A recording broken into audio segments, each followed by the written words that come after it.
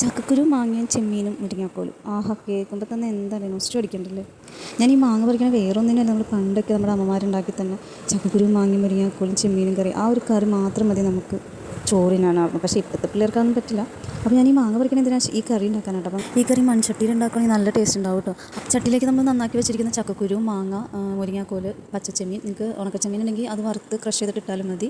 പിന്നെ 2 പച്ചമുളക്, കുറച്ച് കറിവേപ്പില, കുറച്ച് മഞ്ഞൾപ്പൊടി, കുറച്ച് മുളക് പൊടിയും, പിന്നെ ആവശ്യത്തിന് ഉപ്പും ചേർത്ത് നല്ലോണം ആവശ്യത്തിനുള്ള വെള്ളവും ചേർത്ത് നല്ലോണം ഇളക്കി അടുപ്പത്ത് വയ്ക്കുക. ചക്കക്കുരു വേവണ പാകമാണ് കേട്ടോ അതിൻ്റെ കറിയുടെ ഒരു പാകം എന്ന് പറയുന്നത്. അത് അവിടെ ഇരുന്ന് ആവുമ്പത്തേൽ നമുക്ക് കറിക്കുള്ള അരപ്പ് തയ്യാറാക്കാം. 3 അല്ലി ചുമന്നുള്ളി, 2 വെളുത്തുള്ളി, ഒരു പച്ചമുളക്, കുറച്ച് കറിവേപ്പില, പിന്നെ 2 കൈപ്പിടി തേങ്ങ, ഇതെല്ലാം ഇട്ടൊന്ന് ക്രഷ് ചെയ്തെടുക്കുക. പിന്നെ അത് തുറന്ന് ആവശ്യത്തിനുള്ള വെള്ളം ഒഴിച്ച് നല്ലോണം മഷി പോലെ അരച്ചെടുക്കണം. അരപ്പിൽ ഞാൻ മഞ്ഞൾപ്പൊടി കുറച്ച് ചേർത്തായിരുന്നു, മഞ്ഞൾപ്പൊടിയും കൂടി ചേർത്തിട്ട് നല്ലോണം അരച്ചെടുക്കണം കേട്ടോ. ആ അരപ്പ് നമ്മൾ തിളച്ചുകൊണ്ടിരിക്കുന്ന കറിയിലേക്ക് ഒഴിച്ചു കൊടുത്ത് നല്ലോണം ഇളക്കിക്കൊണ്ടിരിക്കണം. കൈ വിടാണ്ട് ഇളക്കണം. അരപ്പ് ഒഴിച്ച് കഴിഞ്ഞിട്ട് കറി തിളപ്പിക്കാൻ പാടില്ല. അപ്പോൾ കറി അവിടെ സെറ്റായിട്ടുണ്ട്.